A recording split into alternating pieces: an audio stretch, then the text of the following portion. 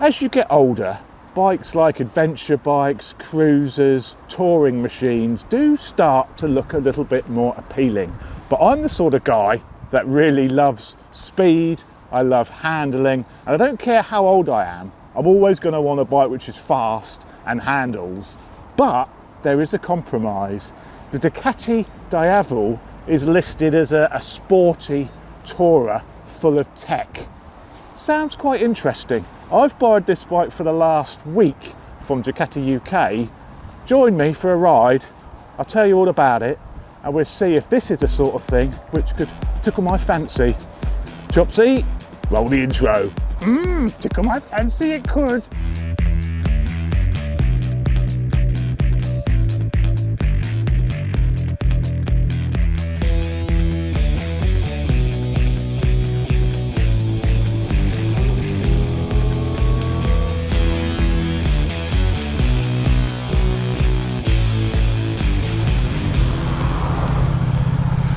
So the Ducati XDiavel.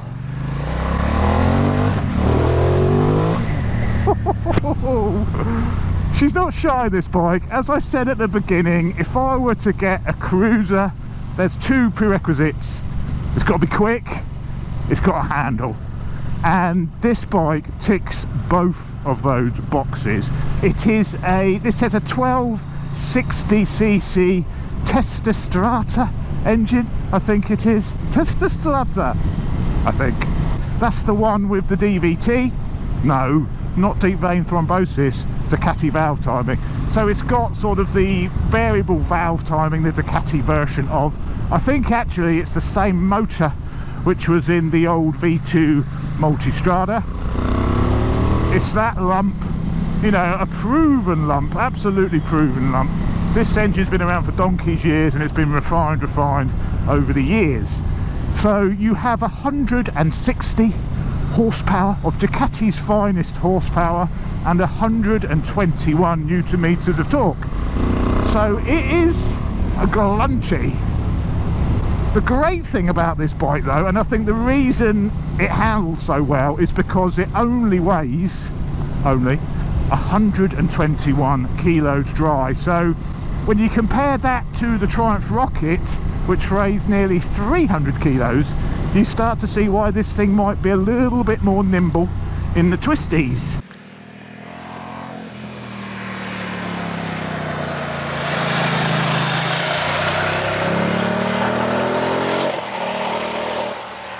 It's undeniable that riding a bike like this, it feels great. You feel $1 million. I don't care what sports bike you've got, you know, the H2, whatever it is, you don't get that same feeling of being cool as what you do as riding a cruiser like this. I don't know what it is about it, but you just feel cool riding it, and I think that is one of the things I really love about this. Absolutely love that. Look at me. Hey, that's a big boy. Another great thing about riding the cruiser is you don't feel like you should be riding at 1,000,000 miles an hour. You're much more content just to cruise on it, funnily enough.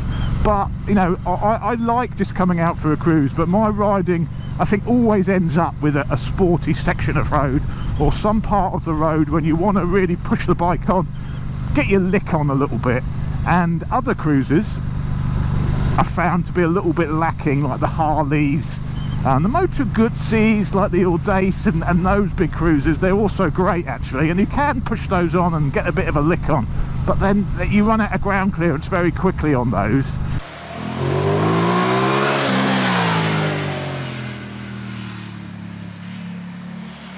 You know, it's not a super sport, it's not a middleweight naked. You know, it's a different sensation to push it into the bends, especially with your feet forward. It is different, but they are still rewarding. They are still very rewarding to push it into the corners, get a lick on, bend it over a little bit, and come on the power. And it does squirm a little bit. You know, the suspension is sort of taut on this. It's not a soft wallowy thing at all.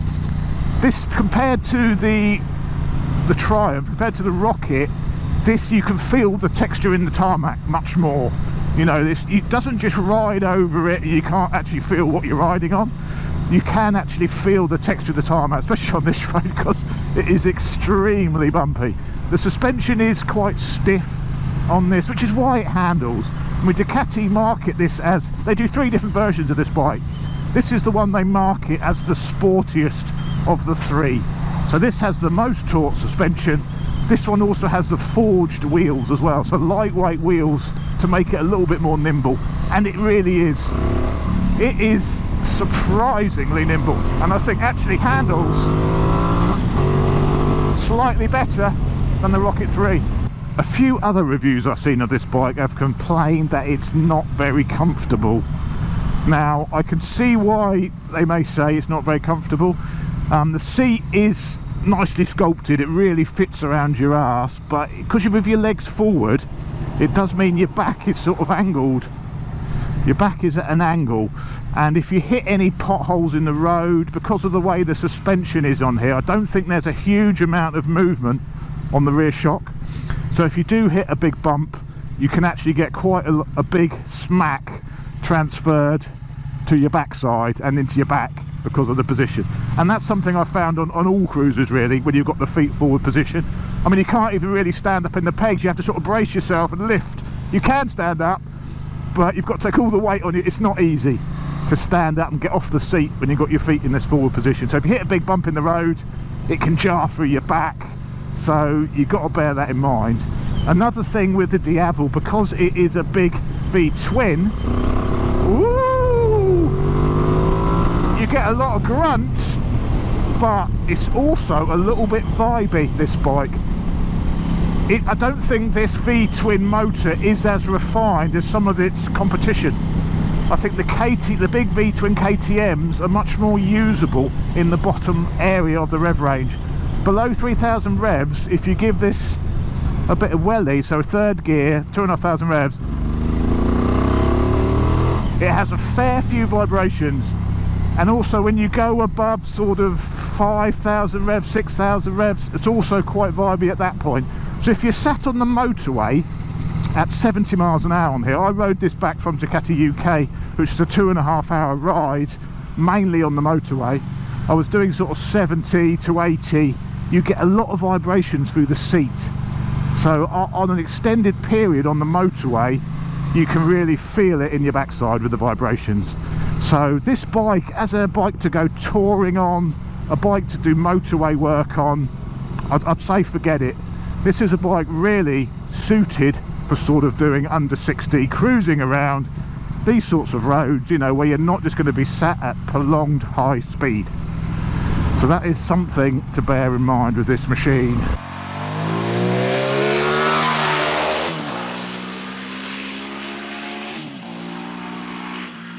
This is what I'm talking about, the handling, that you can push it into the bends.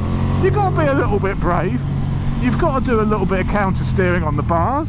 Use the rear brake to sort of set your speed going into the corners so you don't unsettle the suspension too much. But you know, you can have fun. I've been out with Greg on his 890R and obviously it's not a scalpel, but it's surprising just how much speed and how fast you can go on this bike if you start to push it a little bit. What tends to happen, it gets to a point, and I think it's when you reach the edge of the huge rear tyre, when it just doesn't want to lay down anymore. And that's the only thing that can happen on this. You can get yourself to that position whereby it's quite flickable and it will change direction, but it will only lean over to a point, and then you really have to put some leverage on the bars. And if you find yourself running wide on the corner and you've got it as over as far as it will go, it's not a particularly nice feeling. But saying that, I think it is more sporty and handles better than the Rocket 3, which also handles fantastically well for what it is, but it's a little bit sharper, and I think that is due to the lighter weight and slightly more sporty tyres and suspension.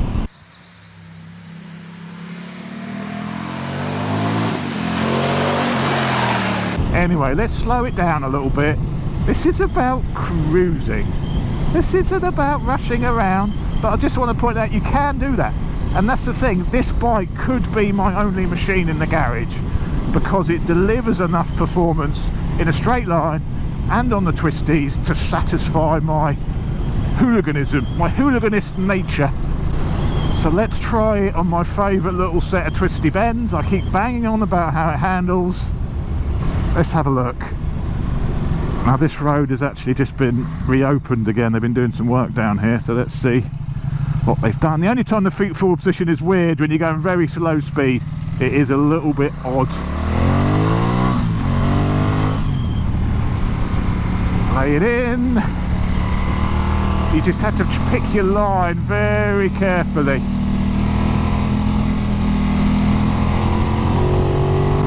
Full electronics, obviously, traction control, blah de blah blah, various modes. You can adjust it all as well. That's what I mean, it's pretty, for a big old cruiser you would not expect it. And that is what I love about it actually. You get behind a sports bike and they're like, bloody hell, who is this guy sticking on my ass on his cruiser? I love that feeling of surprising other bikes with what you're riding, how fast, how they handle. And this is, I think, the top of the list of the surprise bikes for handling.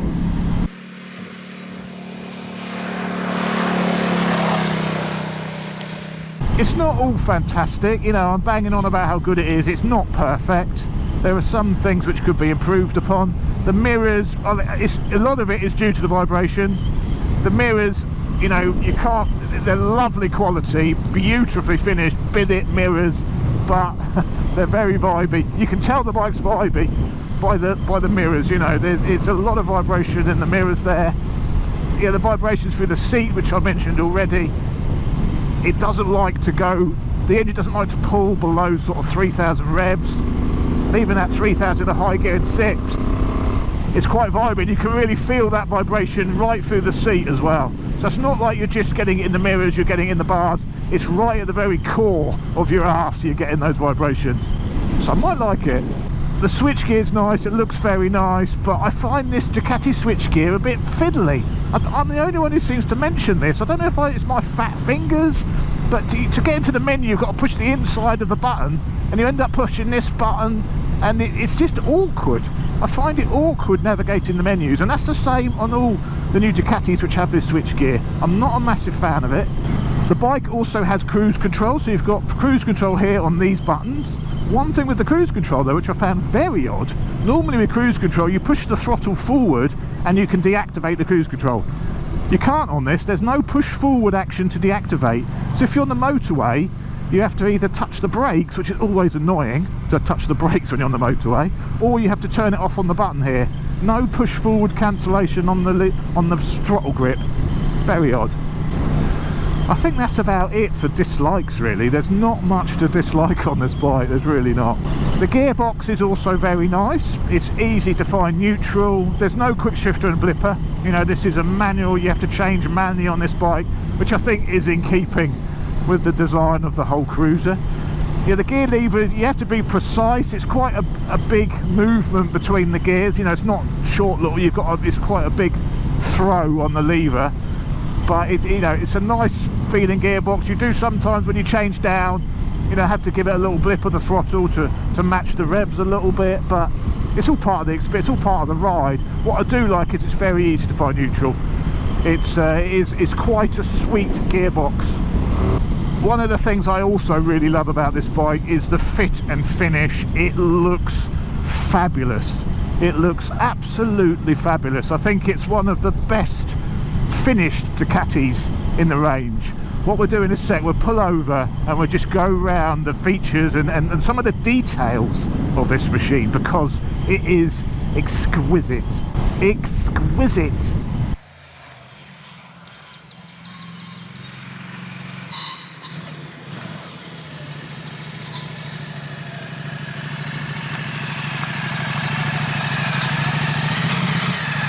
There she is, looking beautiful in the sunshine. There's a couple of different versions of the XDiavel. This is the new Black Star version, which is the top of the range version. The Black Star has the forged wheels, which I mentioned before, which look absolutely beautiful. They're forged wheels, but then they're painted a nice gloss black.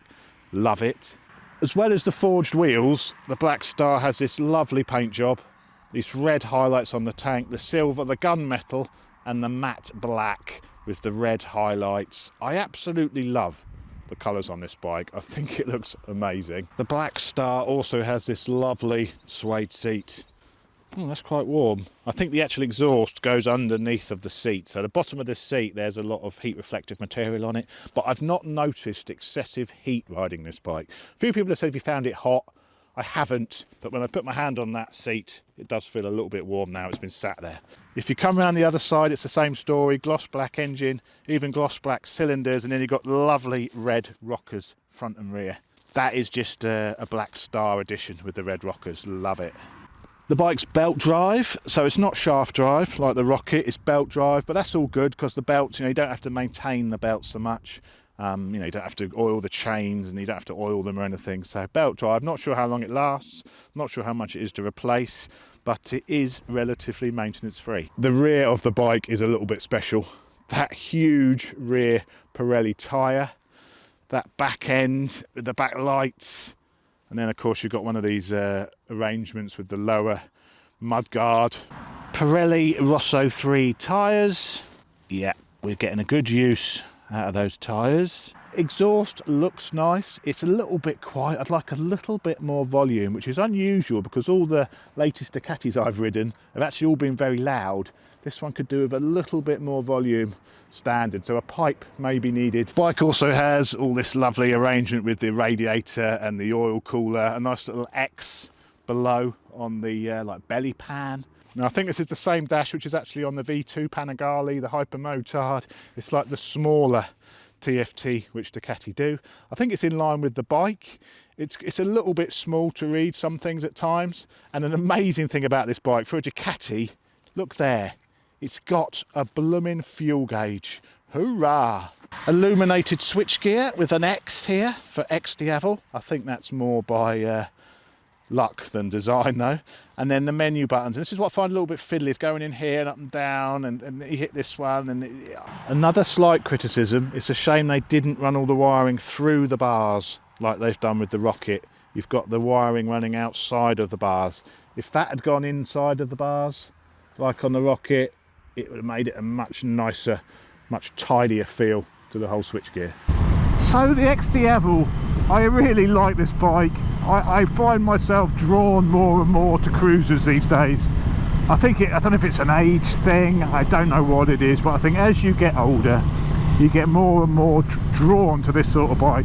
And if I had to get a cruiser, as I said at the beginning, it would have to be sporty, it would have to handle, it would have to be comfortable, and it would definitely be between the Diavel and the new Triumph Rocket. I'd have to ride the Rocket again to let you know definitively which one I prefer.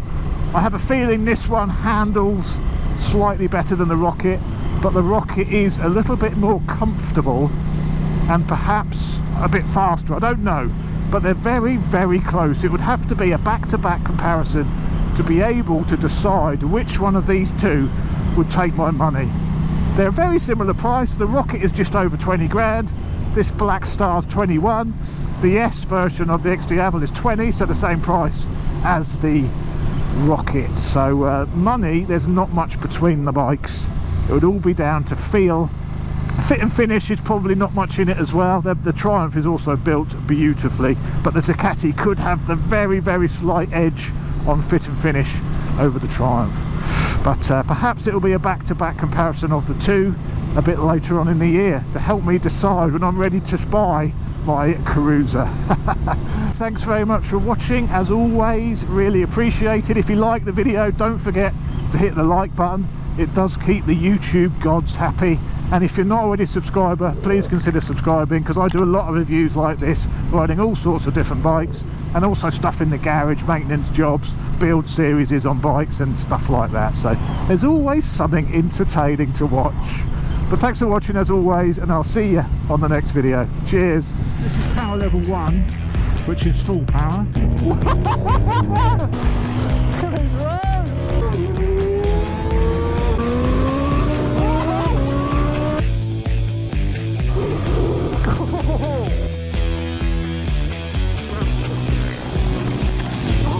It's down, boy. I could do that all day. What have you done here? I told you I was scared back there. I've never dropped a bike before in my life. Oh! Backfire! That's it. That's it. Listen to this. Never mind getting beat up. Give me this any day of the week.